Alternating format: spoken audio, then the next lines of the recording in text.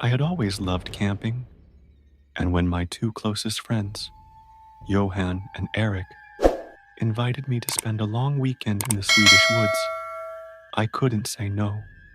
The place we chose was remote, far from the nearest town, surrounded by endless forests and lakes that looked like they had never been touched by human hands. It was supposed to be peaceful, a chance to disconnect from the chaos of daily life. But instead, it became the most disturbing trip of my life, one that I still can talk about without feeling watched. The first day started perfectly. We set up our tents in a clearing just off a narrow trail, unpacked our gear, and spent the afternoon swimming in a lake that shimmered like glass under the sun. The air smelled of pine, and everything felt calm, untouched, almost sacred. As evening fell, we made a fire, cooked sausages, and laughed about old school memories. The stars were bright, and not a single sound disturbed us, except the occasional hoot of an owl. I remember thinking it was the most relaxing night I'd had in years. That feeling wouldn't last long. Late that night, as the fire died down, we all crawled into our tents. I was sharing one with Johan, while Eric had his own just a few feet away. It must have been around 2 a.m. when I woke up to an unusual sound. It wasn't the wind or the trees creaking. It was footsteps, slow, deliberate, and coming from the woods around our camp.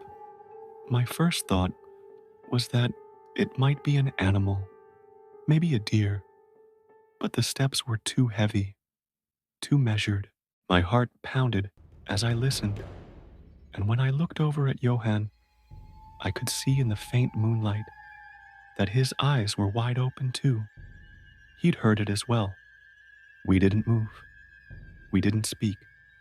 The footsteps circled our campsite for what felt like minutes, crunching over branches and dry leaves. Then, just as suddenly as they started, they stopped. Silence. I lay there frozen, barely breathing, until exhaustion finally pulled me back into a restless sleep. In the morning, we brushed it off as our imagination, maybe an animal after all, though none of us really believed it. The unease hung over us like a fog. The second night, things escalated. After another day of hiking and swimming, we returned to camp and tried to enjoy ourselves. But the mood was different. All of us kept glancing toward the tree line, as if expecting something to emerge. When we finally went to bed, I told myself I was overreacting, that nothing was out there. But around midnight, the noises returned. Only this time, they were louder. Branches snapped, and what sounded like low breathing echoed from somewhere just beyond the tents. Eric whispered from his tent, his voice shaking, "Do you guys hear that?" My blood ran cold. It wasn't just me. Then came the sound that still haunts me. Something brushing against the fabric of my tent, slow, dragging fingers, or maybe claws, trailing across the thin material, moving from one side to the other. Johan grabbed my arm so tightly it hurt, and neither of us dared to move. I felt completely vulnerable, like whoever or whatever was outside could tear into the tent at any second. The sound stopped after a few seconds, but those seconds felt like an eternity. None of us slept that night. The next morning, we found something that confirmed our worst fears. Around our campsite, in the soft dirt, were footprints. They weren't boots, and they weren't animal tracks either. They looked barefoot, long, with deep impressions like someone had been walking around us for hours. My stomach turned as I realized how close they had come, within inches of where we slept.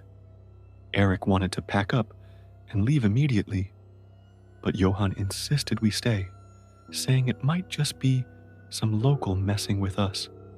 Deep down, I knew he didn't believe that, but pride kept us there. By the third night, we were on edge. We barely talked as we sat around the fire, listening to every sound in the woods.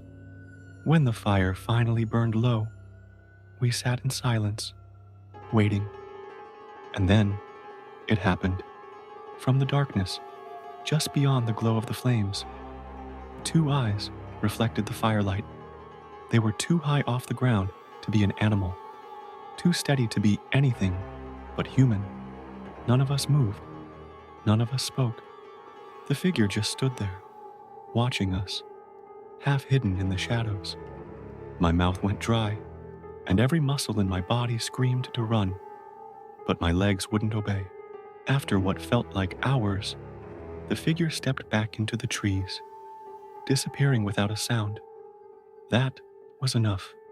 We made the decision right then to leave at first light. None of us slept, too terrified of what might come back. Every crack of a branch outside made us flinch. Every gust of wind sounded like breathing. I don't think I've ever experienced such pure fear in my life. At dawn, we packed in record time, throwing our gear together and heading down the trail. But as we walked, I couldn't shake the feeling that we were being followed. The trees seemed too quiet, the air too heavy. At one point, I turned back, and I swear I saw a shadow dart between the trunks behind us. I didn't say anything. I didn't need to. Johann and Eric walked faster without a word, as though they felt it too. We didn't stop until we reached the car. Hours later, exhausted and pale, none of us spoke on the drive back. The silence heavier than any words could have been. When we finally reached the city, it felt like we'd stepped into another world, one where people laughed and walked without fear. But I couldn't forget those nights in the woods, the footsteps, the eyes, the figure standing just beyond the firelight. To this day, I don't know who or what was out there with us. Maybe it was a person, some hermit or hunter playing a cruel game. Or maybe it was something else entirely, something that doesn't belong in the ordinary world. What I do know is this: the Swedish woods may look beautiful, but beauty doesn't always mean safety. Sometimes the silence hides more than peace. It hides eyes that are watching, waiting for you to let your guard down. And once you've felt that gaze, you never really feel alone again.